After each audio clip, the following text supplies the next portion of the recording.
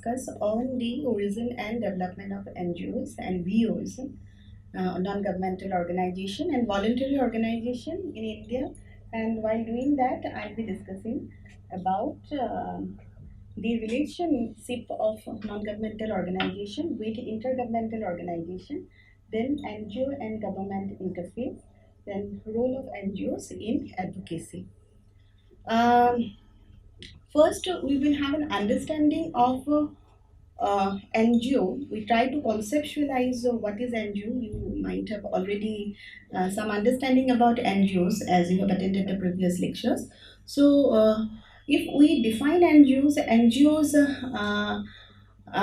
are organization of voluntary natures having a common interest and free from external control. The same definition can also be applicable to voluntary organizations where we get to find voluntary involvement of members, paid and unpaid, uh, who are uh, expressing freedom from external control. So here in both this aspect we get to see the commonality of interest in NGO. Also we get to see this is an organized task driven group having common interest towards fulfillment of a social cause. And in terms of voluntary organization we get to see voluntary services from paid perspective, unpaid perspective to bring in change in the society. So if we look into the features of the NGOs, as these are non-governmental organizations and these are also um, having synonymous with numerous terminology, you see that there are similar words which are often used to reflect upon NGOs. We have seen that there are civil society organizations, there are also grassroots advocacy or grassroots organizations, there are also you see that non-profit organizations, then intergovernmental organization, governmental organization. So there are numerous terminologies which fit into this spectrum. What is the NGO? And there is a very thin line of difference to understand NGO, and also the differences among those terminologies. So if we try to understand the feature of NGO, we actually see that the very first feature is that NGOs are supposed to be registered. That will actually give NGO legal personality and also administrative viability. And secondly, when we talk about the administrative structure, then we see that NGOs actually involve that organization and administrative structure. Um, Having an executive body committed towards social cause, and third we have some aims, objectives and mission and vision of the NGOs that will also make the working of the NGOs, the operation of the NGOs very distinct. And fourthly we have see that NGOs are actually governed by the own members. There are also membership fees. That is one way to even run the NGOs apart from government donations, foreign donations, and different kind of other donations. So we also see that there is membership fee based on which NGO can be run. So basically NGOs are governed by the own members, as NGOs are free from the external control. So these four very characteristics will make an NGO distinct from government organizations. And also, when we talk about non-profit organizations, this is a bit very ambiguous term because most of the time there are laws and legislation to define non-governmental organization, to define non-profit organizations. But you see, there are also schools who were working, which are working for non. Working with a non-profit motto for the community, but not necessarily that their line of activities are non-profit oriented. So it is very difficult to even define what is non-profit, but yeah, simultaneously we can use these very definitions like non-profit organizations, you say voluntary organizations, civil society organizations, development organization, based on their orientations, based on their purpose, based on their aims, vision, mottos towards social cause. Then we would like to reflect upon Marcel's organizational uh, variety. He provides some sectors. He said that there are some sectors uh, of organized action, and that is based on the source of control and contribution to social change. So when we talk about you see uh, organized action based on source of control, we actually see there are varieties of organized action. Even we can say statutory and legal actions are also there, and which is actually run by the government, and beneficiaries are the society, the community, and we also have the religious sector, we have philanthropic sector, and that is another organized sector. And source of control is the religious bodies, and source of control for philanthropic organization will be also a body from the very society, charity oriented body. And also there is organized action like you say informal voluntary groups. Source of control derived from the very society and derived from the cultural norms, the cultural context. And also we have another organized actions, and that is community organizations, where we get to see the source of control belonging to the community of the people. So there are different sectors of organized action, and NGOs are basically known as a third sector. And here we actually see, when we talk about the sectors of organized actions, we also see the contribution, each sector's contribution to social change. Suppose private sector's contribution to social change, they basically do not try to alter the social political inequalities. But when you talk about the statutory and legal sectors, like a sector which is run by the government, we talk about public sector or government sectors. So definitely they will try to provide the equity and allocation of benefit on egalitarian basis. And then when we talk about the third sector, which are basically the philanthropic sector, religious sector, community, and also informal communities, which are based on a motto, a moral motto or a religious motto, and spreading of religion, or also some kind of morality involved to even give the relief and rehabilitation to the society, and provide that relief rehabilitation to the society, and also bringing socio-economic development, bringing cultural development, bringing overall change to the society, are contributing to the social change in a way or other. So we actually see that there are also a brief classification of NGOs we um, could draw. And in terms of classification, we see that there are NGOs which are multi-clientele oriented on the basis of their service to the different beneficiaries. We could also see there are multi-clientele or heterogeneity clientele NGOs, and there are also single clientele, or there is also homogeneous clientele NGOs. In terms of the size, the span of activity, we could also see some local NGOs, small NGOs, medium NGOs, then there are also large NGOs.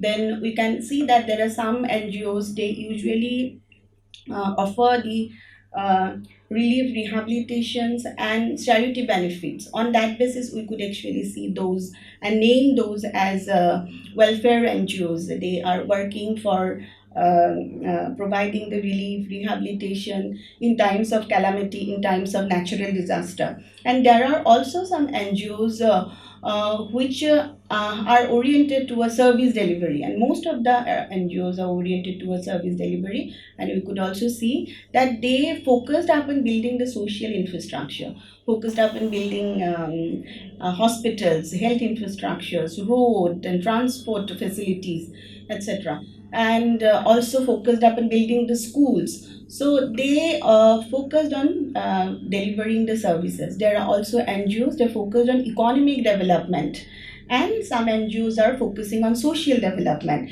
And economic development oriented NGOs are trying to generate income uh, uh, oriented job. They're trying to create job in a community, and they're usually pro government. They don't want to stand against the government and try to allocate the benefits of the scheme among the community people. And there are also some organization working for social development. They're trying to raise awareness among the community about educations, about health, sanitations, and also create a consciousness among them, and also conscientize about social change towards transformations, towards growth. And then we also see that there are another variety of organization which are working for empowerment.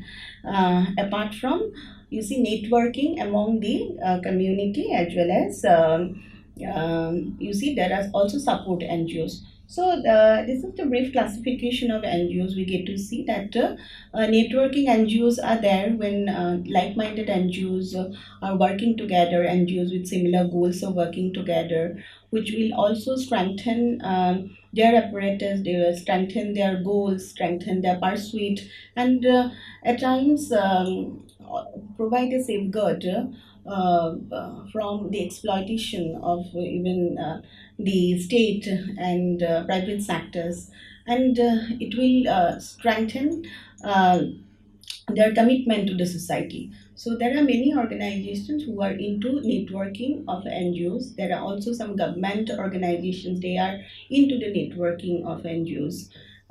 So that's how we could have a very brief classification. This is the very introduction of understanding the NGOs, how we understand NGOs and VOs.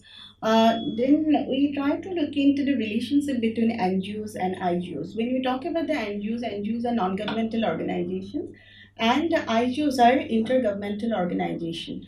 So NGOs usually play a role in intergovernmental organization and international communication.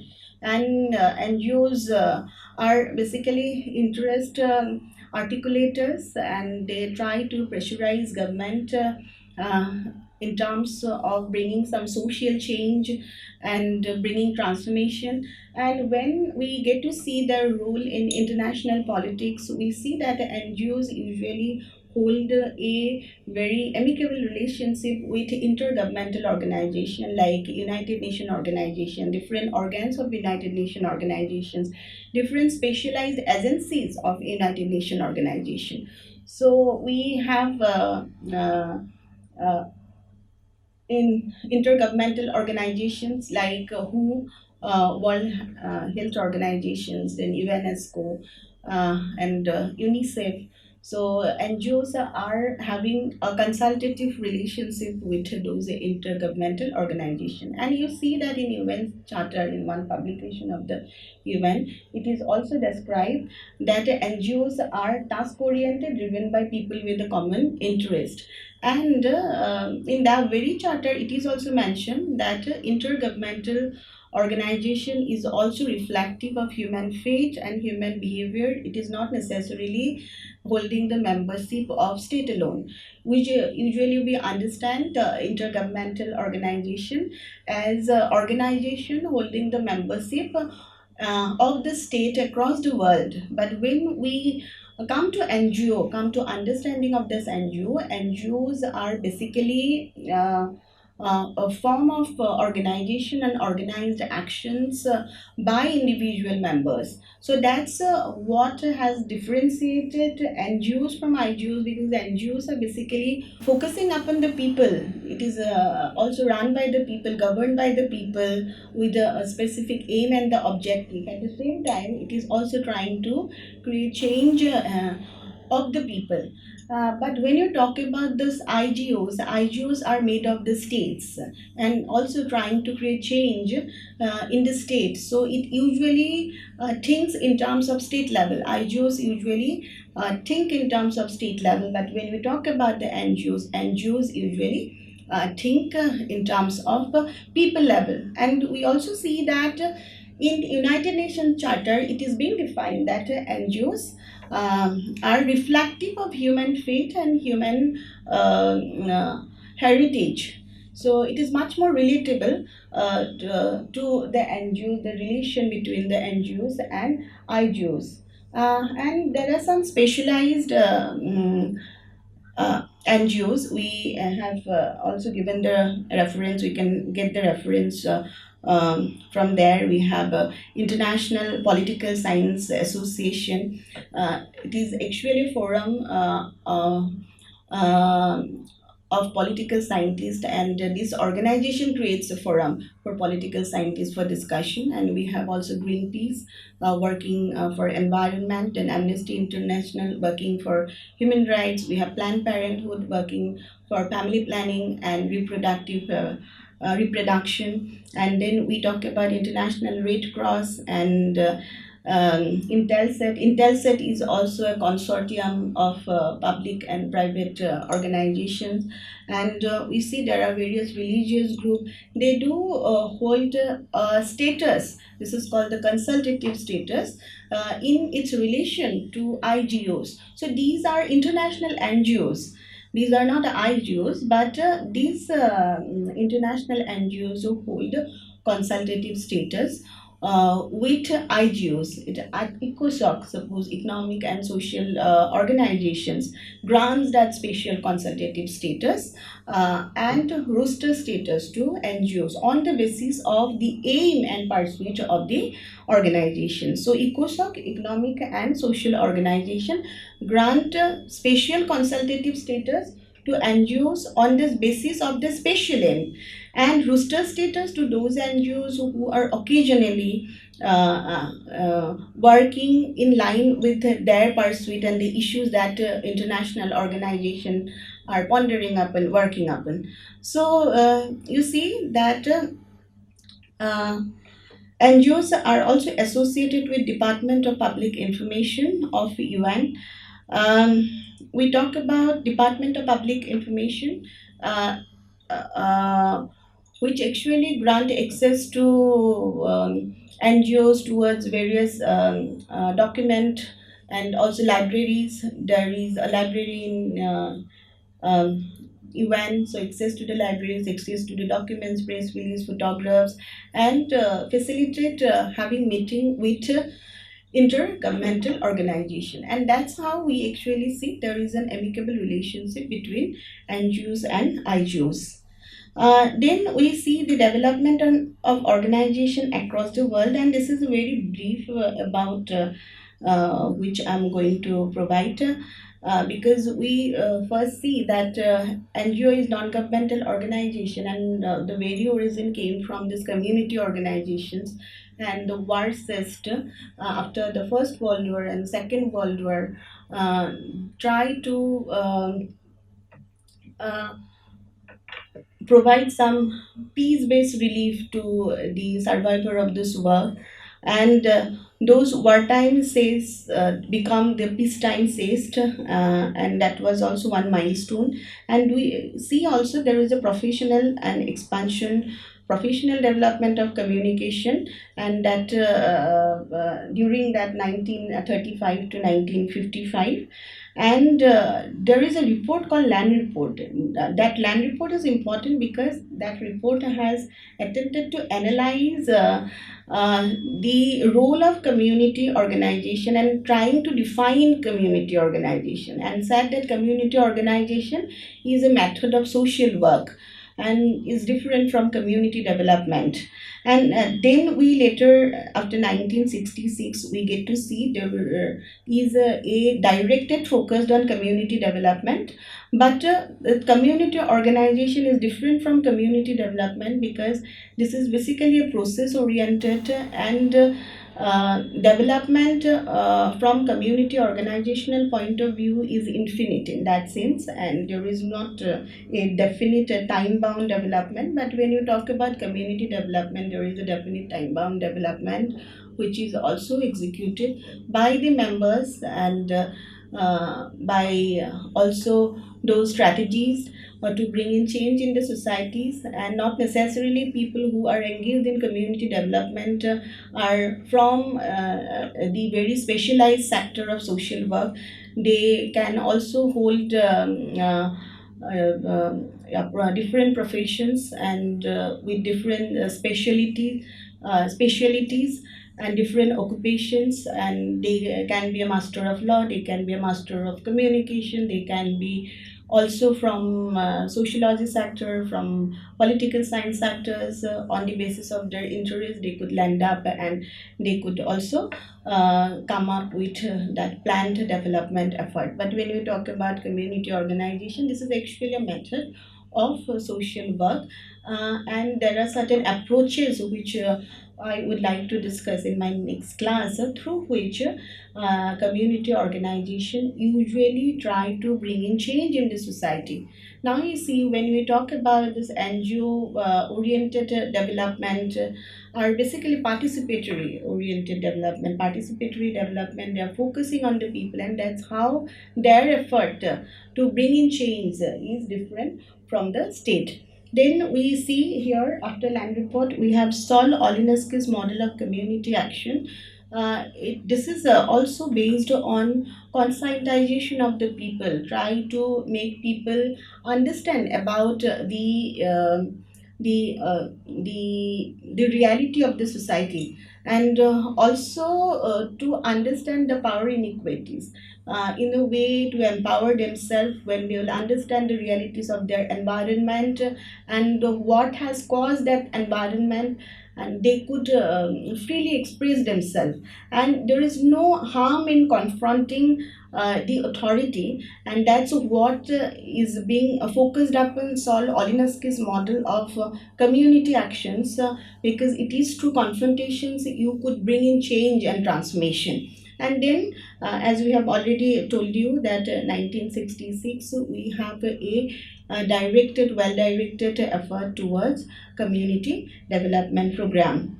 After that, I would like to focus upon volunteerism. This is a very important aspect of voluntary organization. When we study voluntary organization, we try to theorize the effort of volunteerism. So, first we actually see that there are different types of volunteerism. One is sacrificial volunteerism, which we get to see the reflection in Mahatma Gandhi, Mother Teresa, and also many Indian figures who are into social reform and even in religious reform. We talk about even the Vivekananda. He is also engaged in social reform. So this is basically known as sacrificial volunteerism, because they're born with that mm, ability to sacrifice themselves for the cause of the society, with that intensity to sacrifice themselves for the society. And you see that they're very committed towards the social cause, and more than a professional commitment, they even they go to the extent to even sacrifice their life to bring in change. Then we see the professional and developmental volunteerism, which we actually focused upon, which is focusing upon a degree, having a degree to be a volunteer and to involve in the NGO sectors. And here they are also committed to the social cause and society. social transformation, and they understand the objective, mission, vision, and the strategy to work. So, in sacrificial voluntarism, it is not that those leaders are not visionary. Leaders were visionary. Leaders also had a mission, and they sacrificed their life to attain that mission. So, they are so very committed. So, here in professional and developmental voluntarism, we see that those volunteers, those representatives, they are committed towards the social cause, and they don't regard money over the social commitment, and they have a definite technique to, or tactic or technique and method to intervene into the society to bring in change and transformation. And then we talk about the amateur volunteerism, for which volunteerism is a very easy course of action. So it doesn't need that rigorous training, and they think that it's very easy to run an NGO, easy to make themselves committed towards the society to bring in social transformation. And they don't have a clear understanding of the vision of that organization and the mission of that organization. And hence, although they are committed to bring in change, because they are concerned about change, they want to do something, but they do not know how to achieve it. So this how to factor is missing, and they do not know the methods and approach to achieve it, and hence they are amateur volunteerism, amateur volunteers, and fall into this amateur volunteerism group. Then we have ventilatory volunteerism. So when we talk about the ventilatory volunteerism, we also see that there are some elite and opulent, elite and opulent class are also interested joining in this group. They at times ventilate their urban stress and come and help people who are marginalized, who are downtrodden, and they always seek media also to highlight their effort. They do have money, and so they do intervene into the society to bring in change. But at times, whenever they face challenge, they also withdraw their effort and their contribution towards society. So this is very time bound effort, in a sense that their effort is also not continuous one or a consistent one. So there is a lack of consistency in ventilatory volunteerism. This is also called opulent volunteerism. We won't get to see that consistency and continuity to bring change, and dedicatedly involving in social change, dedicatedly involving in bringing transformation to the society.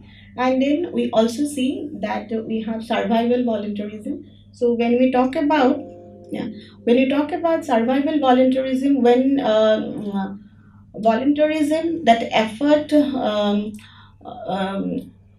becomes their bread earning tool. So they involve in volunteerism, and it is to earn some money. So that is called survival volunteerism. Basically, they're not committed to their mission, vision, objective. So they're simply engaged in volunteerism because it is giving them some money, or giving them earning bread and butter. Then we also have pseudo volunteerism, and in survival volunteerism, we get to see no commitment. They also turn to anti volunteerism, because you see there are funds floating around. So many a time government come up with funds to invest upon a scheme, to target one group of beneficiaries. So whenever we see there are funds floating around, volunteers come to take advantage of these funds, and they form an organizations and earn money out of that venture. So survival volunteerism and pseudo volunteerism is also of that kind. So they also uh, um, try to go to the extent, any extent, to even entice uh, uh, the one who has fun to get the money. So but the thing is that they do not have that commitment, they do not have that vision and mission to bring change. Huh. So they actually they want to get the monetary benefit, and hence we get to see that their effort is also not directed in organized and systematic way. And we talk about the transfiguration of volunteerism.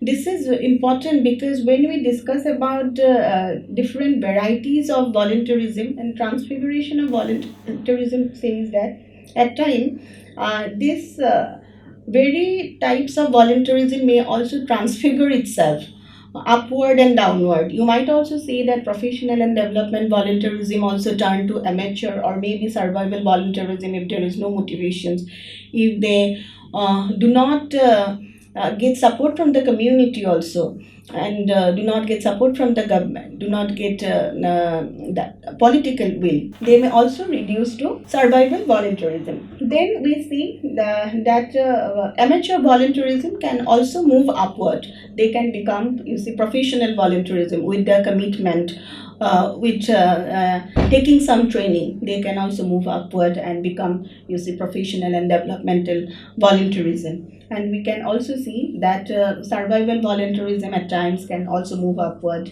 and they can become amateur and to professional volunteerism. And ventilatory volunteerism can also become a sacrificial volunteerism. So we get to see that at times the forms of volunteerism get transformed and transfigured based on the social norms, the commitment, the orientation, the support and motivation they got from the society, from the government, and also from other sectors and from the coalition of actors. Okay, then there are some experiment.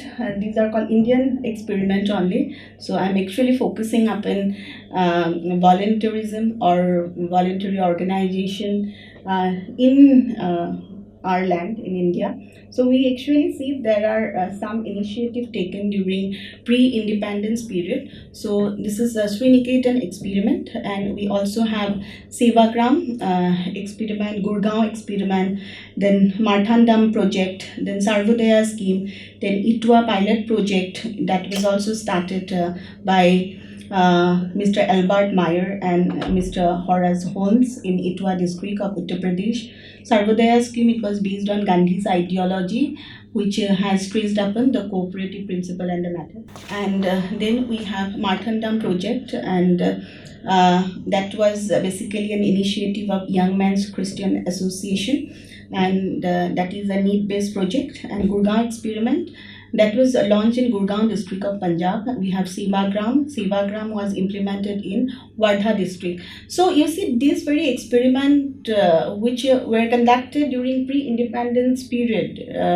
during even colonial India, British rule, were directed towards bringing self-reliant society, and also create rural reconstruction. So it is driven towards rural reconstruction, try to reconstruct the rural areas, even improving the cottage industries, and also taking some step in adult literacy, and improving the health and hygiene condition of the society, and also focusing upon basically the educations and reforming the society from the ill practices. So and this each of these experiments are to an extent driven by this Gandhian ideology. Motto is to bring change in the society, to create village level organizations, and also to create capacities in the village, to bring in change in the village, to make a village self sufficient, and also develop some village level entrepreneurs.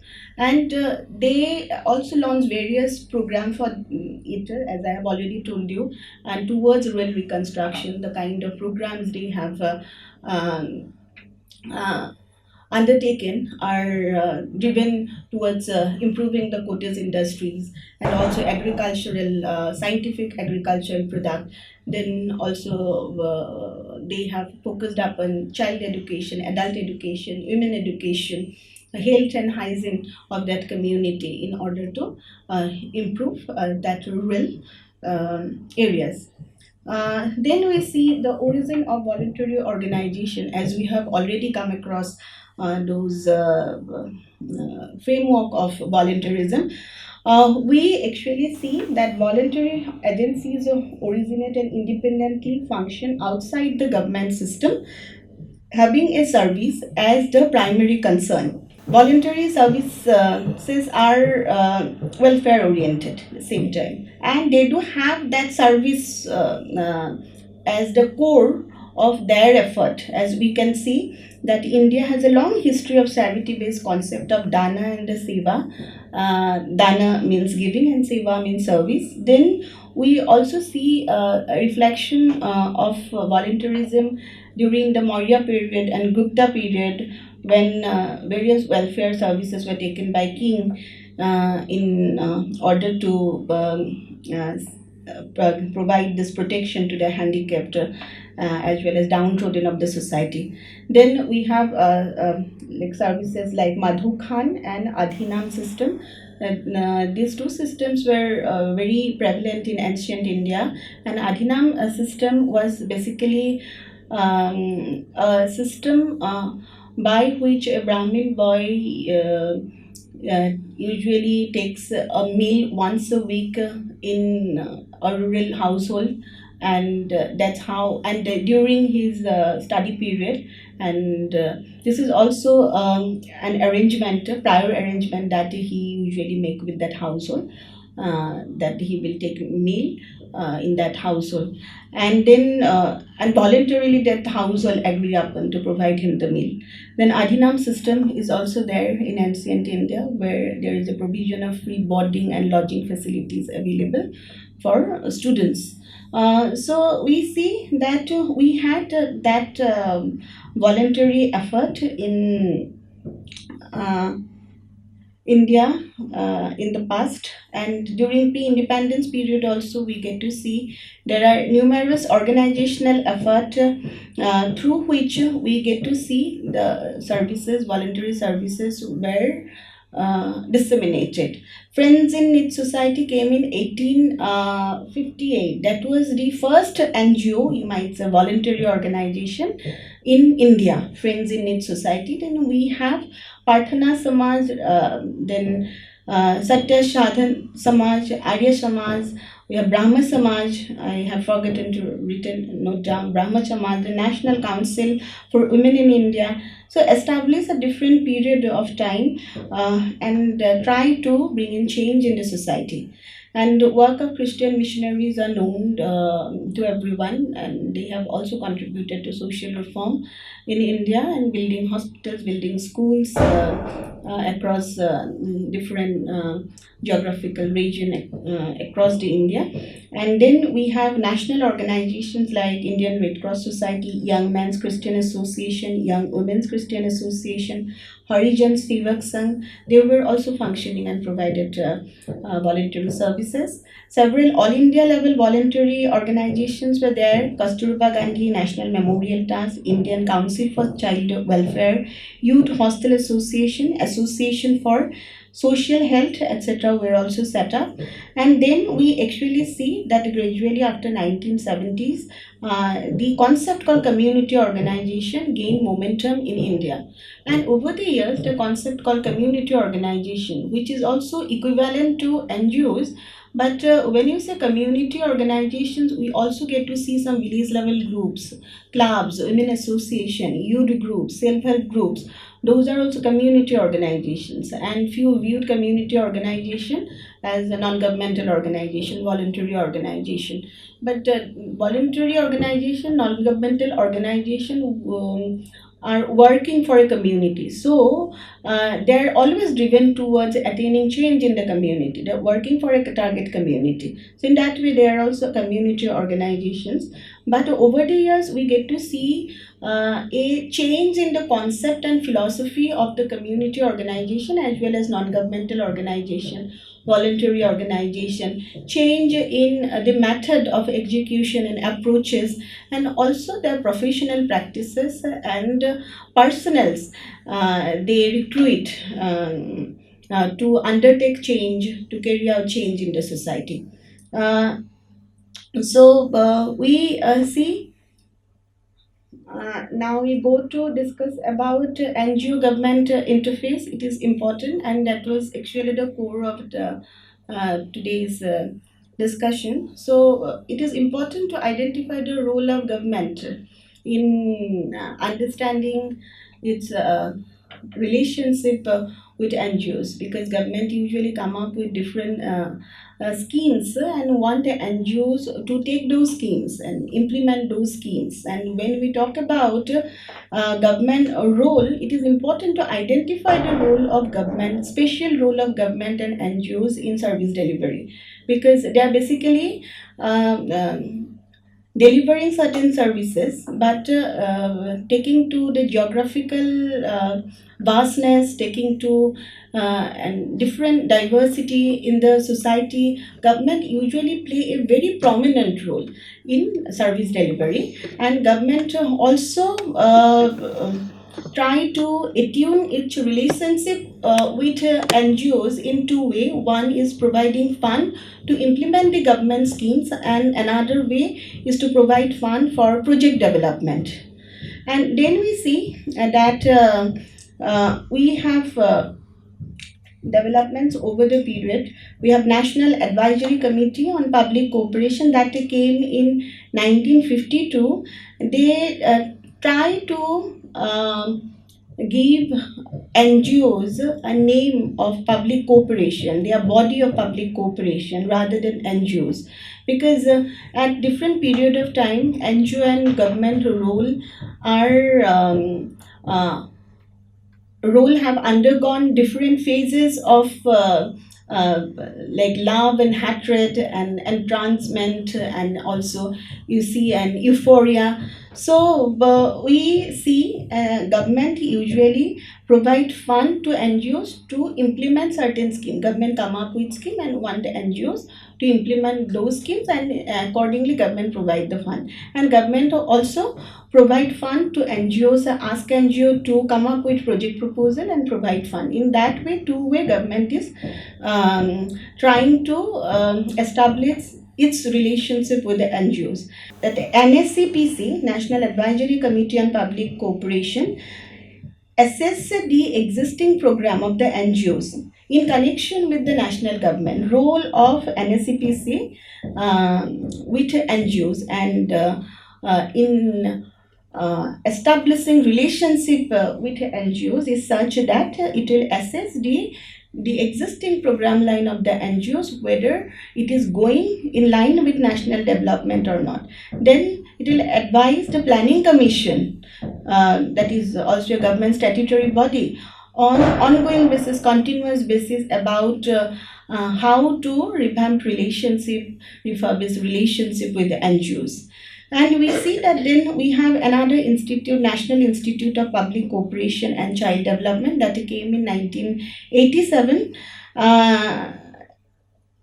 And they also focused their activities towards recognition of the NGOs and promote NGOs working in women and child development. Then we can actually see during post-colonial period the kind of developments in terms of government NGO relationship, as well as development of NGOs. We also get to see establishment of Central Social Welfare Board. Establishment of Central Social Welfare Board came in 1953, and for the promotion of the NGOs, basically they institute CSWBCs. Central Social Welfare Board was instituted to provide financial assistance, technical guidance, supervision, and coordination of the effort of the NGO in the promotion of development, and especially rural development. And later on, government has actually curtailed the scope of Central Social Welfare Board to reduce its role to prohibitive and rehabilitative and promotive course of action towards NGOs. So we see that Central Social Welfare Board, while promoting the NGOs, trying to bring in the assistance of various state social security board, state secure, state social welfare board, and also try to coordinate the activities of local NGOs. But you see, as they are deprived of uh, working towards development, as their role, their scope has been curtailed down to only the rehabilitative effort of the NGOs, promoting the rehabilitative effort of the NGOs, promoting the, you see, prohibitive effort of these NGOs instead of development effort of the NGOs. So that was a development of Central Social Welfare Board, but it is actually known for providing the technical guidance to NGOs, consultation to NGOs, supervision to NGOs, and financial assistance to NGOs. And also, we have another organizational setup that is known as CART, that is Council for Advancement of Rural Technology to improve the condition of rural areas. That's set up in 1983. That is an organization. They also try to provide guidance to NGOs to innovate and diffuse the rural technologies and rural infrastructure, and try to work in coordination with the NGOs. We have another organization that is called PADI. PADI is People's Action for Development in India. Development in India came in the same time, 1984, but later on PADI was merged with CART and form CAPARD, that is Council for Advancement of People's Action and Rural Technology. And the main thrust of CAPARD became the employment, income generation, creation of community assets, fulfillment of the need base like hosting and drinking water. We have a very important book, Patrick Kilby's book. So from where we get to find about this very development. So you can also read this book, and then we actually see that government has made an arrangement uh, to make the financial disbursement to NGOs, and 5% of financial disbursement are to be channeled through PADI. So PADI is there through which government NGOs can also get the fund from different ministries of the government. So in government we get to see Ministry of Rural Development, Ministry of Social Welfare, Ministry of that Family Welfare, Ministry of Educations usually take a help of you see NGOs and try NGOs to design their development goal and cooperate them in designing the development goal and also execute their plan and policies at grassroots level. And most of the time government cannot go to the uh, innermost corner of a village, and there we get to see the role of NGOs in bringing services to the society. Then we also see that NGOs have got recognition in different plan uh, that we have taken. And from third 5-year plan, NGO has got recognition. As in the third 5-year plan, we had this National Advisory Committee on Public Cooperation that was established. Also recognize the role of NGOs and emphasize NGOs as a body to bring in public cooperation. And then we see that in fourth 5-year plan, fifth 5-year plan, recognize the role of NGOs in participatory development. And in seventh 5-year plan, we get to see some budget earmarked towards NGOs to bring in service delivery and bring in change in the society. And also, um, in 9 5-year plan, we get to see the involvement of NGOs in the planning process. So we see that over the years, NGO government relationship has undergone uh, different varieties of you say that emotions. Here, I would like to discuss about that relationship that which I have already discussed with you, right from the independence till late 1950s. We actually know this era. It is era of cooperation. Okay, So when you talk about this era of cooperation, in the sense that NGOs were working during that period as a shadow state, they didn't oppose to state, didn't oppose to the government, and most of the NGOs were inspired by Gandhian ideologies and trying to work in rural reconstruction. During before independence, even during independence and until 1950s, so we get to see that era of cooperation between NGOs and a government. And NGOs didn't oppose government.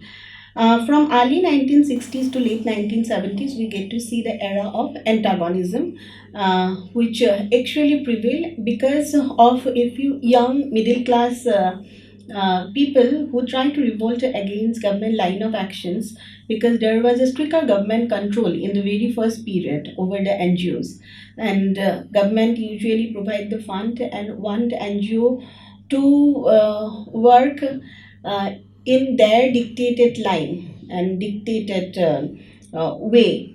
And hence, we see that in the second very period, we get to see an era of antagonism, and that too stems from those young, educated middle class, and they tend to be very revolutionary. They emerge to be revolutionary, and most of this.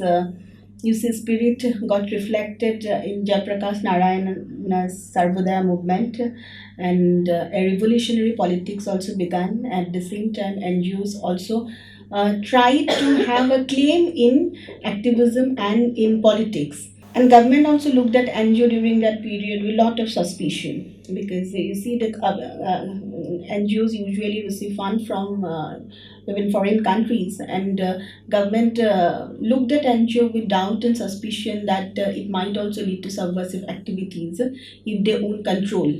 And accordingly, we also see that government brought in the Kudal Commission to investigate the activities of 950 NGOs working under an umbrella of Gandhian peace foundations. And after investigation, it didn't found 5 years of investigation. It didn't found any kind of charges against those organizations, but that is actually demoralized the NGOs, disheartened the NGOs, and their relationship with the government. Then we see that from mid 1980s till present, and there is a relatively stronger state control over NGOs, and during this period of time, government has also brought in Foreign Contribution Regulation Act, through which government pressurized NGO to register through the legislations to bring in funds from foreign accounts and foreign donors, so that government could also have a look about their the financial details. Okay, this is more about NGO government relationship from independence until 1950s, Khadi Village Industries Commission, KVIC, and Central Social Welfare Board, which I have already discussed about in the previous slide. Now, quickly, I will deal into the role of NGOs in advocacy. We also have another lecture on media advocacy will be taken by Madam Hanane. So here, if we look into the NGO's role of advocacy, we see that it is important to understand what is advocacy first. When we talk about role of NGOs in advocacy, NGO has been involving in advocacy. So what is advocacy? Advocacy is basically a systematic, organized, and deliberate method of bringing change in the society and persuading uh, decision makers towards desired change. So that's how we understand advocacy. And in advocacy, the what is important is identifying the problem, and the cause is very important. So here I'm not talking about media advocacy. I'm focusing on NGOs' role in advocacy. So NGOs basically try to identify the problem when they enter into area of actions. They try to identify the problem, and problem is different from the issues. So if issue is you see that lack of literacy is the issue or illiteracy is the issue, then we need to identify the problem. Maybe low retention, more dropout, and low enrollment. That lack of quality of education are some of the problems over which we can work on. So it is important to identifying the problem and identifying the cause of the problem, why that problem has occurred. If we want to study the role of NGOs in advocacy and also try to understand the advocacy, carry out the advocacy, and being an NGO representative or support NGO in advocacy. So it is important to identifying the problem. When you actually involve in a society also and try to bring in change, it is important to understand the problem and understand the cause. Even for a cause, you can be say that it may be a helping cause or helping cause to help a victim. And also bring in some change in the institution to help the victim. So that's what is very important to understand. And then we say the leadership development and change agency is very important. Leadership development, once you identify the problem, next is to develop leadership is important. And there might be two, three leadership after you identify the problem to even take up that organized course of action. But what is important here is that at times when there are multiple leadership or no leadership emerges, then you focus on the tasks which are to be taken to meet the problem, and automatically that leadership will emerge. Then we focus on the change agency. Change agency is basically the NGO itself is a change agency, or that leader, or those people who are working in alliance or working in that collective will be the change agent. And information is very important. Information regarding who will be the decision maker, who are the decision maker, who has the power and authority to make change, and with whose effort you can bring in change is very important. Those information need to collect. Then you are to frame an issue with objective, which is very, very important. Framing that issue, because we have already identified the issue and identified the problem. You breaking the issue into various problem and then frame the issue with the objective. And when you frame the issue with objective, so you need to involve a strategy, and that is called SMART strategy. SMART is, you see, small, measurable, achievable, um, and this is also time bound. So smart strategy is very, very reliable and time bound. This strategy is very, very important. So here when we actually frame the issue with that objective has to be a small objective, it has to be measurable objective and short objective. Measurable objective, we also focus on the achievable objective, and objective has to be reliable and time bound. We need to meet, that on time. So suppose we talk about the environmental campaign, environmental degradations. So we might also have short-term objective, medium-term objective, and long-term objective. So you see that in terms of short-term objective, we do have um, objective related to writing a blog, and also develop a campaign about understand making an understanding and comprehension of the importance of you see the environmental conservation. Or you can also write a blog on climate change to aware people about the climate change. So that might be a very short term objective. When you talk about the medium term objective, you might also think about a workshop, conference, or seminar to mobilize people, to make people aware about the issue, and also commit people towards the issue. And then long term objective, maybe you achieve a collaboration with the schools, with different sectors of the organization, or you see, you actually achieve in creating a kind of green sphere, so where people are very consciously investing upon the natural resources and waste management and buying the green technologies, so that green sphere is possible, and that is a long term objective. So in that way we can have some you say short term objective, medium term objective, long term objective. Or you might also take another example, police brutality in one region. So, and how gender of that region is being affected.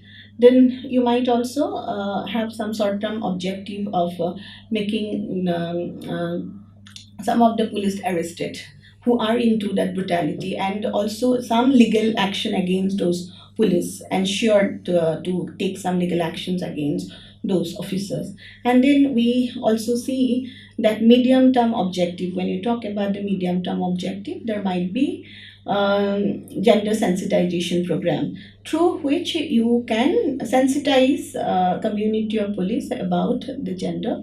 And then we have a long-term objective like 50%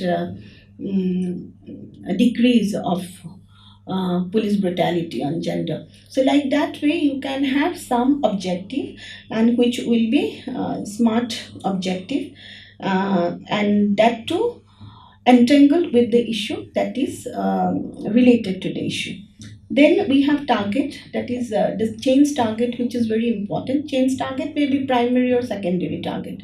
So we see the primary target will be the government basically, who can bring change, and secondary target will be the editor and newspapers. Those editorials will always make a change, and they will support towards the change. So you also need to have primary and secondary target.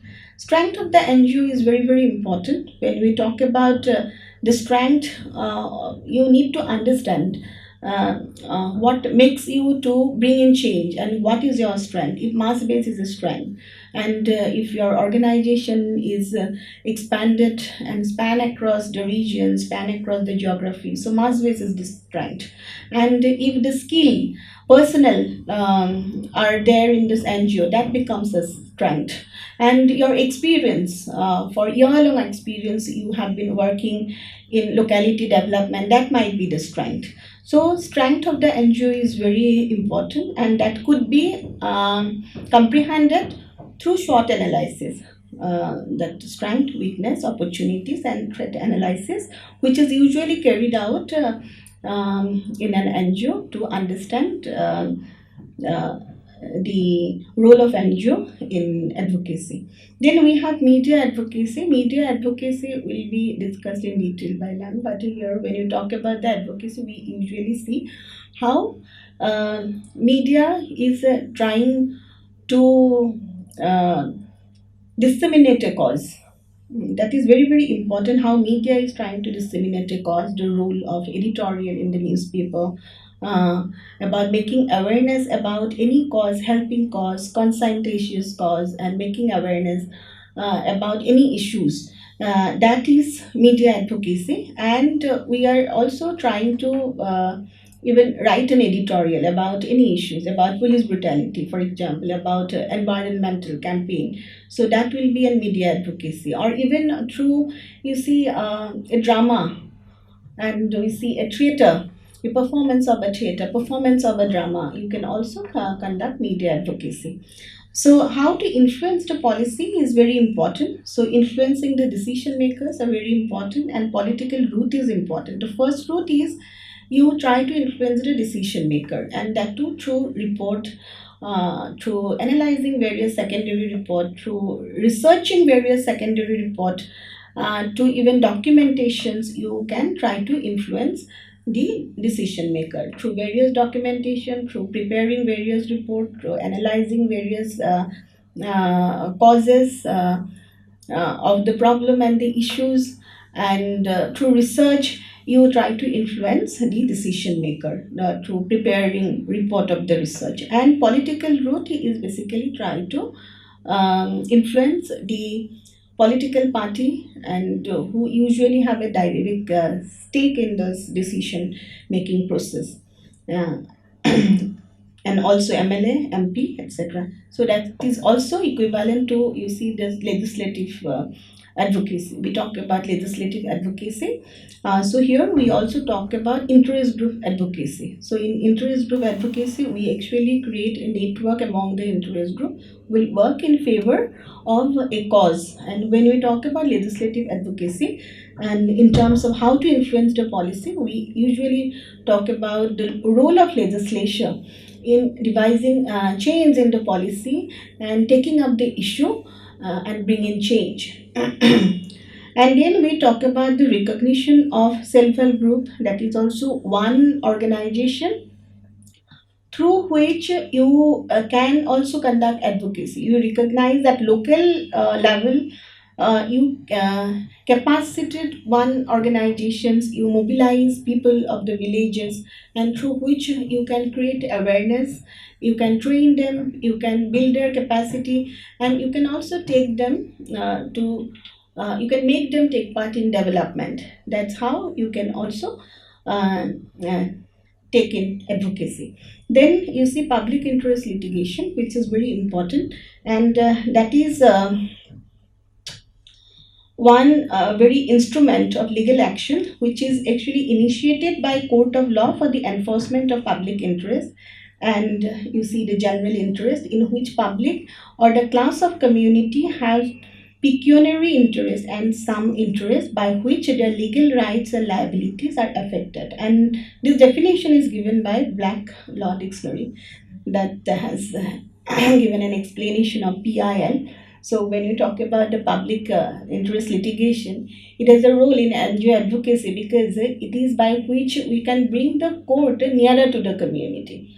So there are different aspects of public interest litigation. Public interest litigation is basically uh, remedial in nature. Remedial in nature, in the sense that it will depart from the traditional locus standi.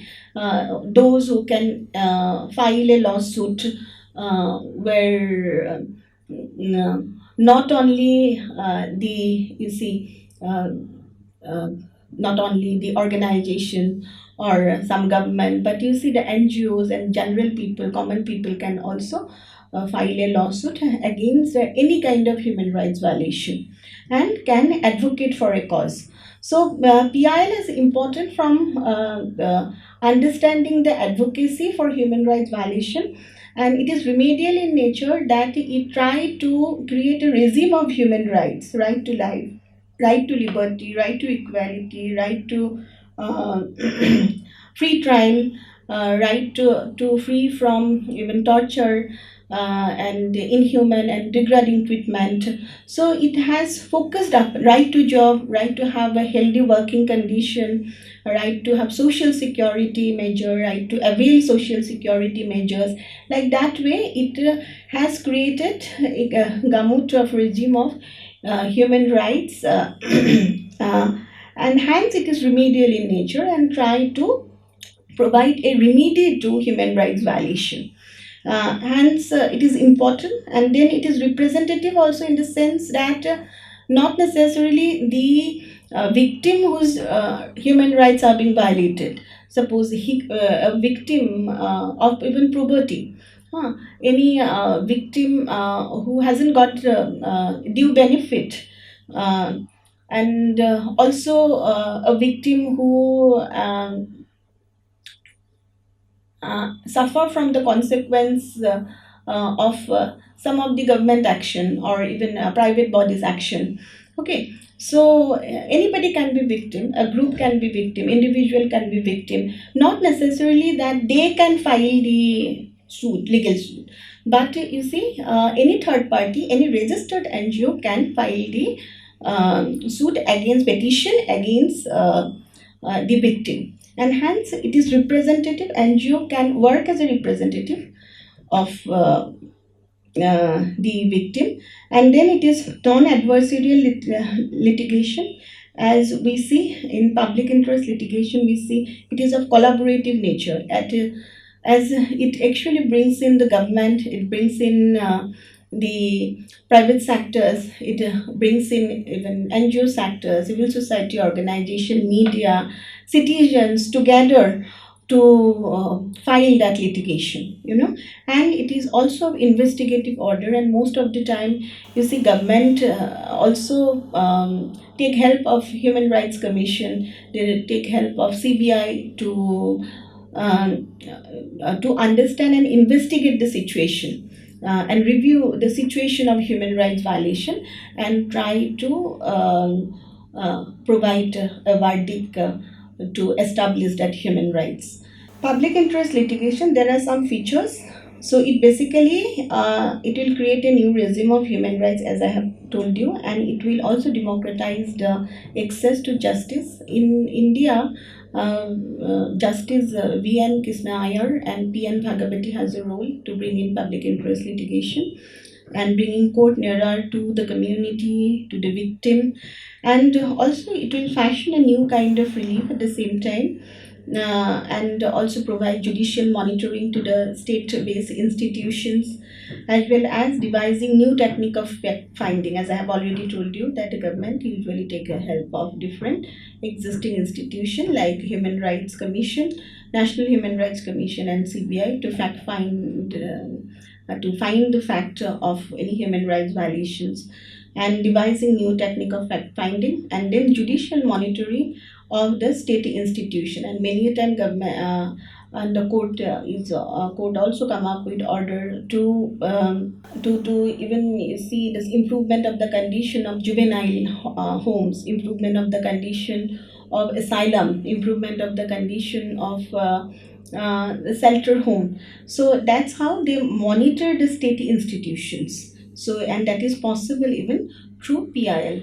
And when and how to file PIL is also important, you understand, because at times while filing PIL, you have to be very cautious that it should not take the decision making power of the victim and who has filed uh, the PIL. So because it might also alter the decision making power. So when you actually file an PIL, so you actually need to know the consequence of filing the PIL. Definitely, it will bring in the regime of human rights, but you need to be very prepared, because you need to be organized. You need to be prepared to bring in lot of documents and photographs with you, and research on that topic, and you need to take help of the lawyer. And for an NGO, it is important to become a registered NGO, to file an PIL in favor of a victim or anyone whose case is being taken by NGO. And at times it is also true that filing of PIL can lead to an alternative decision making, can take away the decision making power of the NGOs. Okay. And also the one against whom PIL is filed. So you have to be a bit cautious. Um, okay, I quickly ponder on those do's and don'ts of advocacy for NGOs. So here we actually choose advocacy as your strategy. So there are some specific objective, as I have told you. When you go for NGO advocacy, we have actually discussed about role of NGO in advocacy. So this is important. Uh, First, that you actually choose advocacy as your strategy. So you have to be very specific. You have to have a specific message and specific target, and skills that NGOs need for effective advocacy work. It's very, very important, and an organization need to have that organizational ability, analytical skills to research the situation, communication skills to even communicate about what is happening is very, very important, and analytical skill to understand the situation, communication skill to package the different documents, and also to influence the media is very, very important, and to organize the effort of you see different organizations. When we talk about this advocacy, we also take in the effort of different interest group who articulate grievances, who articulate their problems. So take in their effort together, and also put in front of media involves lot of organizational ability. And analytical skill is basically to research upon the situation, which is important. Why you see why that the problem prevails. You need to identify the problem, then you identify the cause, and why that problem prevails, why there is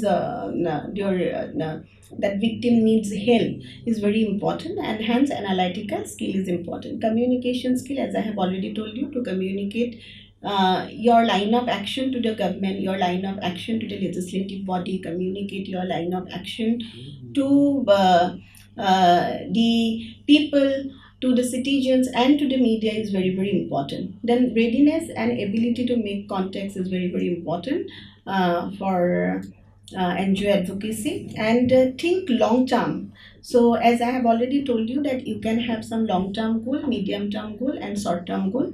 Then you can also think wider, that you can bring in the cause of other people also, not in fact the cause of one targeted community. Then you can find new allies at the same time who can also support your cause. So it is important to also to strengthen your pursuit.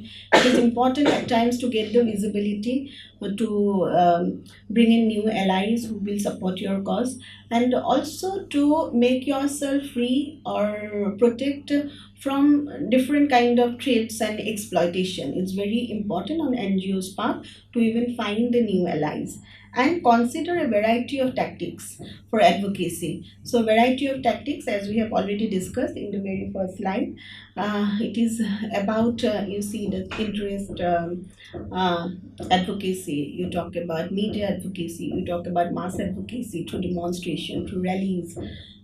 So that coverage of that demonstration, coverage of that rallies is very, very important. That is also one tactics. And also some of the direct actions which always are not advisable, but at times as a media you can you say cover those actions, and as an NGO you can undertake those actions and to bring in change. Even direct actions are at times important from NGO's point of view, and that is another social action strategy to bring in change. Or through confrontation they try to bring in change in the society. So their approach to change, transformation, and also you see empowerment is completely changed. Now they believe in confrontation, come in confrontation with this government and bring in change. So that is also that reflect another aspect of you see NGO and government relationship. And also see that considering that technique is also very important. Said upgrade and update your organization to be able to take on advocacy work. So it is important also for an NGO to upgrade itself, to update itself to take on the advocacy work. So it is very, very important. It is also important which actually see these classification of NGO, which I have actually discussed, and I have missed some point there, is that when you talk about the classification of NGO, and there are certain NGO which are always conformist variety. They will conform to the government line of funds. And there are also some NGOs which will try to innovate and experiment, and they will not follow the government line of action. So in terms of government and NGO relationship, it is also important what line of actions you have taken, and also your orientation. Whether your orientation is revolutionary, your orientation is uh, you see nationalist, your orientation is reformist. So it's important to understand the orientation, and from the very orientation of NGOs, from the goal and mission of the NGOs, we can also understand its commitment and relatability to government goals. I'm ending my presentation here. So if you have any questions, you can come across.